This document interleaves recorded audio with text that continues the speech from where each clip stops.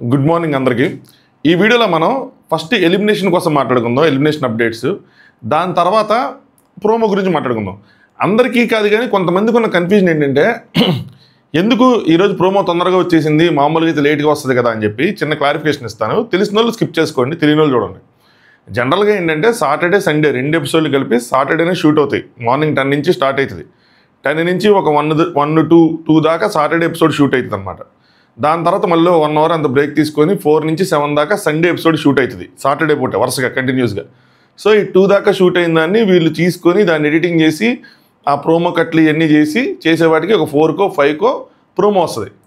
కానీ కొన్ని రోజులు అంటే కొన్నిసార్లు ఏంటంటే దసరా ఈవెంట్, లేదంటే ఇలా wild cards relaunch event, next Diwali event, ఈ 3 ఉన్నప్పుడు ఏంటంటే సండే ఎపిసోడ్ పెద్దది కదా, అంటే 3 గంటల ఎపిసోడ్ 7 నుంచి 10:30 దాకా టెలికాస్ట్ చేస్తారు కదా. సో దాన్ని మొత్తం సాటర్డే షూట్ చేస్తారు. సాటర్డే మార్నింగ్ నుంచి ఈవినింగ్ అవుతుంది. అందుకోసం ఏం చేస్తారంటే సాటర్డే ఎపిసోడ్ ఏదైతే ఉందో అది ఫ్రైడే షూట్ చేస్తారు.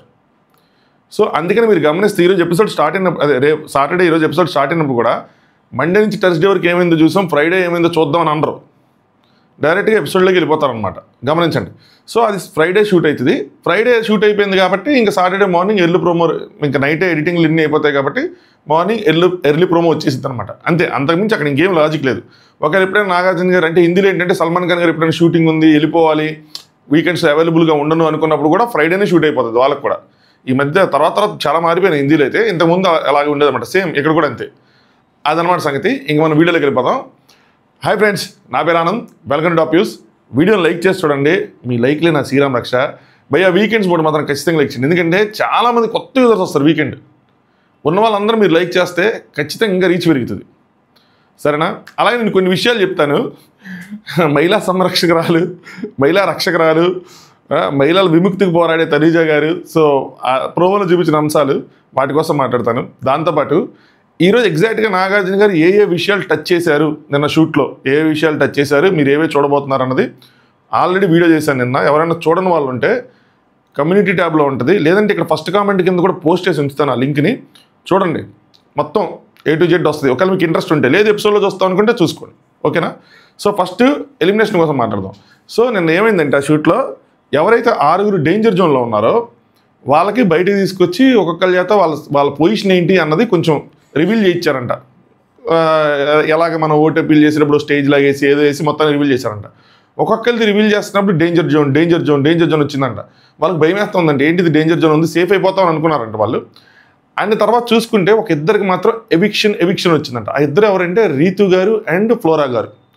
ఇంకా రీతు గారికి ఎవిక్షన్ రాగానే మనోడు ఇంకంటే ఇలా ఆల్రెడీ గెస్ చేసి ఉంచుకుంటారు డబుల్ ఎలిమినేషన్ అయిద్దని. ఎందుకంటే ఇలాంటిది ఈవెంట్ ఫస్ట్ టైం కాదు, ఇంతకుముందు కూడా వైల్డ్ కార్డ్స్ వచ్చిన ప్రతిసారి డబుల్ ఎలిమినేషన్లు జరిగినాయి. సో ఇంకా డెమోన్ ఫేస్ అయితే ఇంకా మాడిపోయింది. ఒక ఎక్స్ప్రెషన్ పెడతారు కదా, అది ఎక్స్ప్రెషన్ పెట్టాడు, ఇడుపు మొహం పెట్టేశారంట ఆల్మోస్ట్. సో వీళ్ళిద్దరికీ ఎవిక్షన్ వచ్చింది. సో మ్యాటర్ ఏంటంటే మనకి ఎవ్రీ టైము ఒక బాటమ్ 2 అని చూపిస్తారు కదా, బాటమ్ 2 తీసుకెళ్తారు, అదేంది యాక్టివిటీ ఏరియాలోకి తీసుకెళ్ళి ఒకళ్ళు ఎలిమినేట్ చేస్తారు. సో వాళ్ళిద్దరు వీళ్ళు అనమాట. మరి మిగతా వాళ్ళు సేఫ్ కదా అంటే భయ్యా కాదు, ఎందుకంటే డబుల్ ఎలిమినేషనే. ఈ వారం డబుల్ ఎలిమినేషన్ జరిగిద్ది. సో ఫస్ట్ ఎవిక్టెడ్ వీళ్ళిద్దరిలోంచి ఒకళ్ళు అవుతారు. అది ఫస్ట్ ఈ షూట్ స్టార్టింగ్లో సండే ఎపిసోడ్ మనకి టెలికాస్ట్ దాంట్లో ఫస్ట్ ఒక ఎవిక్షన్ చూపిస్తారు మనకి. సో ఈరోజు 10కి స్టార్ట్ అవుతుంది షూట్, అరౌండ్ నాగార్జున గారు వచ్చిన తర్వాత. సో ఫస్ట్ వీళ్ళిద్దరిలో ఒకళ్ళు ఎలిమినేట్ చేస్తారు. వాళ్ళిద్దరిలో ఎలిమినేట్ అయ్యేది ఎవరంటే 99.99% ఫ్లోరా గారు. హౌస్లో నిన్న షూట్లోనే ఇంకొక విషయం కూడా జరిగింది ఏంటంటే, ఒక పవరస్త్ర సీజన్ 7లో సమాధి అయిపోయిన పవరస్త్రాన్ని ప్రాణం పోసి తవ్వకాల్లోంచి మళ్ళీ తీసుకొచ్చారన్నమాట. ఆ పవరస్త్రానికి మీకు తెలిసిందేగా, విపరీతమైన పవర్స్ ఉంటాయి, మామూలుగా ఉండదు. సో పవరస్త్రాన్ని తెచ్చారు. ఆ పవరస్త్రాన్ని ఇక్కడ ఎలా వాడతారు అన్నది చాలా ఇంపార్టెంట్. బట్ ఫస్ట్ ఎలిమినేషన్లో ఏమీ వాడరు. మ్యాక్స్ టు మ్యాక్స్ ఫ్లోరాని ఎలిమినేషన్ చేసిన తర్వాత ఏమైందంటే వైల్డ్ కార్డ్స్ ఎంట్రీ స్టార్ట్ అవుతుంది. వైల్డ్ కార్డ్స్ మొత్తం ఎంటర్ అయిన తర్వాత అప్పుడు సెకండ్ ఎలిమినేషన్ చేస్తారు ఎపిసోడ్ లాస్ట్లో. అప్పుడు ఇమాన్యుయల్ దగ్గర ఉన్న పవరస్త్రాన్ని వాడతారు. అప్పుడు ఆ పవరస్త్రాన్ని వాడి ఎలిమినేషనే ఆపేస్తాడా ఇమాన్యుయల్, లేదంటే తన ఫేవరెట్స్ని సేవ్ చేసుకొని వేరే వాళ్ళు ఎలిమినేషన్ అయ్యేలా ప్లాన్ చేస్తారా బిగ్ బాస్ అన్నది ట్విస్ట్. సో ఆ 2 ఎలిమినేషన్ అన్నది ఇప్పుడు మనం గెస్ చేయలేం. అది షూట్ కంప్లీట్ అవ్వాలి, లేదంటే మధ్యలో అప్డేట్ వస్తుంది ఏం ప్లాన్ చేస్తున్నారు ఏంటని. వచ్చినప్పుడు నేను మీకు చెప్తాను. కింద ఇన్స్టాగ్రామ్ లింక్ ఫస్ట్ కామెంట్లో పిన్ చేసి ఉంచుతాను, ఇన్స్టాగ్రామ్లో ఫాలో అవ్వండి, లేదంటే ఇన్స్టాగ్రామ్ చెక్ చేస్తూ ఉండండి, మీకు అందులో అప్డేట్ వస్తుంది. ఒకవేళ తెలిస్తే నేను అక్కడ రివీల్ చేస్తాను. సో ఇది ఎలిమినేషన్కి సంబంధించింది. పక్కాగా ఎలిమినేషన్ కంప్లీట్ అయిపోయిన తర్వాత మళ్ళీ మనం వీడియో చేసుకుందాం. బట్ 99.99% ఫ్లోరా గారే, ఇంకా డౌట్ అవసరం లేదు, డౌట్స్ పెట్టుకోవద్దు. ఇదన్నమాట సంగతి. డబుల్ ఎలిమినేషన్ ఉంది, డబుల్ ఎలిమినేషన్కే ప్లానింగ్. అంటే దానికి సంబంధించిన డిపెండెన్స్ వర్క్స్ అన్నీ జరిగినాయి అనమాట డబుల్ ఎలిమినేషన్ కోసమే. అంటిల్ అన్లెస్ అక్కడ షూట్లో ఏదైనా జరిగి ఆగిపోతే తప్పితే, అదర్వైజ్ మాత్రం ఈరోజు మీరు 2 ఎలిమినేషన్లు అయితే చూస్తారు. ఇది సంగతి. వైల్డ్ కార్డ్స్ ఎవరేంటన్నది మీకు బాగా తెలుసు కాబట్టి దాని తర్వాత కుదిరితే ఇంకో వీడియో చేస్తాను నేను. లేదంటే ఇంకా మీకు తెలుసు కాబట్టి ఇంక నేను ఇంక చేయనట్టేదాన్ని. నేను లేట్ అయ్యాను ఇంకా ఆ విషయంలో. సో ఇది ఎలిమినేషన్ అప్డేట్. ఇప్పుడు మనం ప్రోమోలో ఏం చూపించారు వాటి గురించి మాట్లాడుకుందాం. నాగార్జున గారు మాస్ అని అంటే, నాగార్జున గారు బాబు అలా అసలు అలాగే ఉండిపోయి నాకు అర్థం కాదు. ఎంత బాగున్నారు. నేను నిద్రమోహంతో చూశాను అనుకుని తర్వాత కళ్ళు తుడుచుకొని చూసుకున్నా కూడా ఆయన అంతే ఉన్నారు మామ, హ్యాండ్సమ్గా. ఏం తాగుతున్నారో ఏం తింటున్నారో అయినా వాళ్ళు తాగే తినేమో తెలిసినా కూడా మనం తినలేమేమో, కొంచెం టూ కాస్ట్లీ ఉండొచ్చేమో, చెప్పలేము.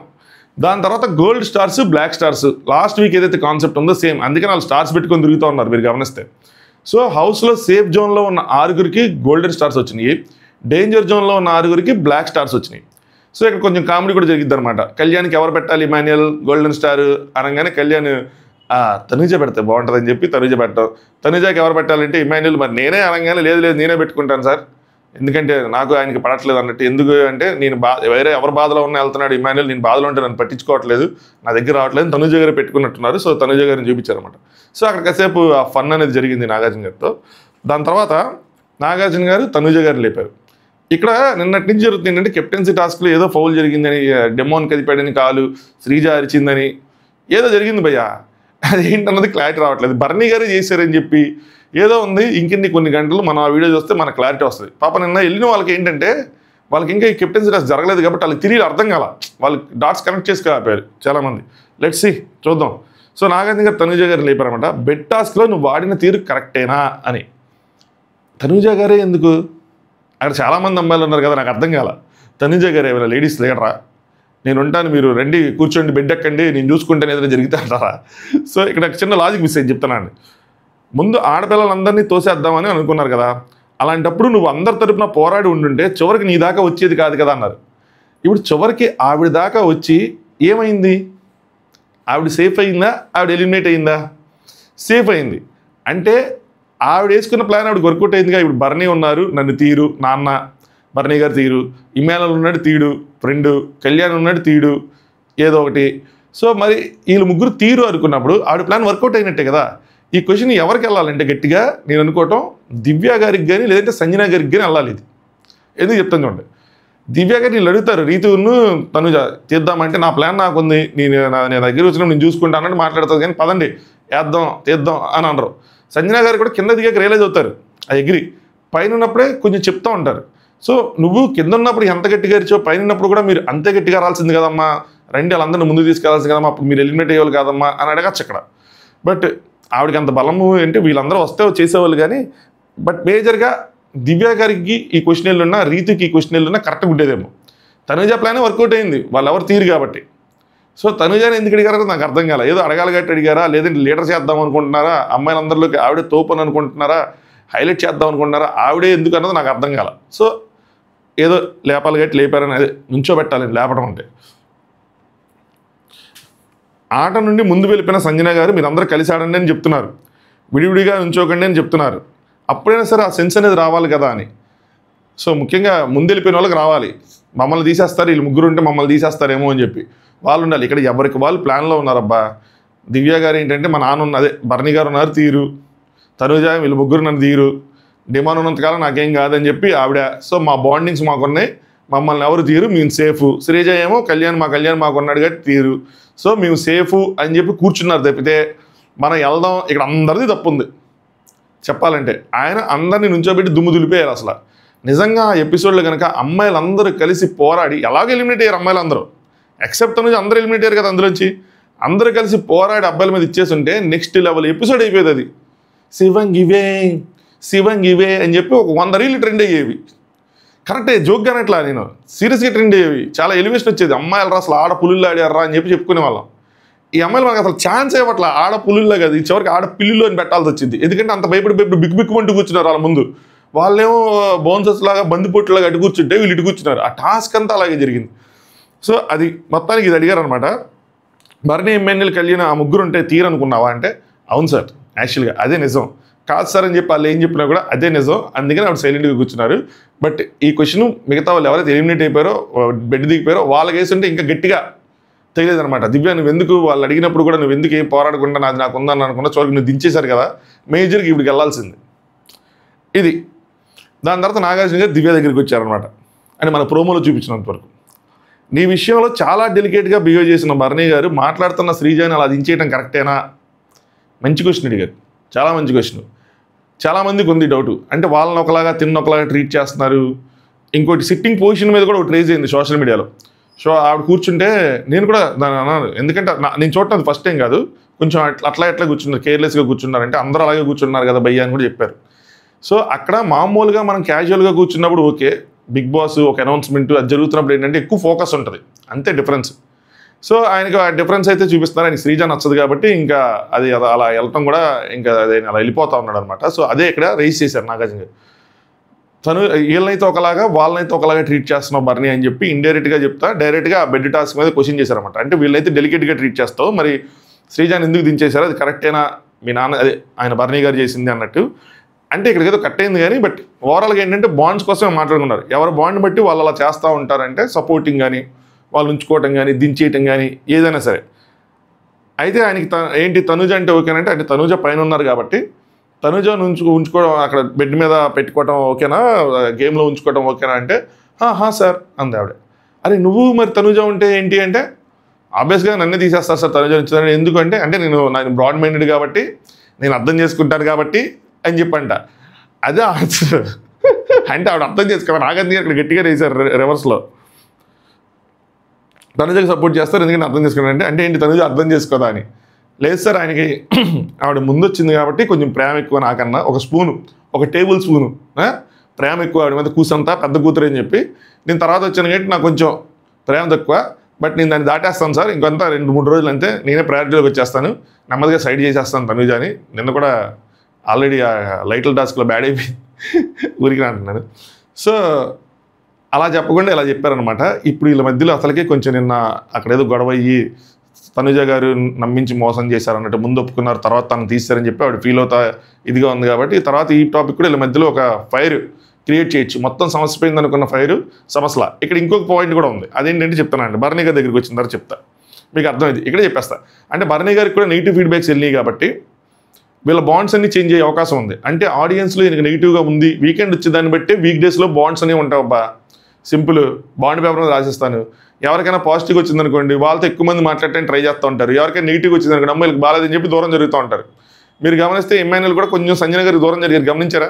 కొద్దిగా సంజన గారు కూడా అది ఫీల్ అవుతున్నారు, ఎందుకంటే లాస్ట్ వీక్ కొద్దిగా అది వచ్చింది కాబట్టి. ఇప్పుడు భరణి గారు కూడా అది వచ్చింది కాబట్టి కొంచెం నెమ్మదిగా దూరం జరుగుతారు. చూడండి అట్లీస్ట్ తనుజని దూరం జరిగిద్ది మీరు గమనిస్తే. ఇంకోటి వీడియో కూడా ప్లే చేశారు కాబట్టి అది ఇంకోటి ఉంది, కానీ చూస్తూ ఉండండి బాండ్స్ అన్ని కొంచెం మారుతూ ఉంటాయి. నెక్స్ట్ ఫ్లోరా గారిది నీకోసం వీడియో, అది భరణి గారిది. నెక్స్ట్ డెమోంది పడిపోయింది ఏదైతే ఉందో ఆ వీడియో వేశారు. ఇక్కడ మంచి పాయింట్ హైలైట్ చేశారు నాగార్జున గారు చెప్పాలంటే.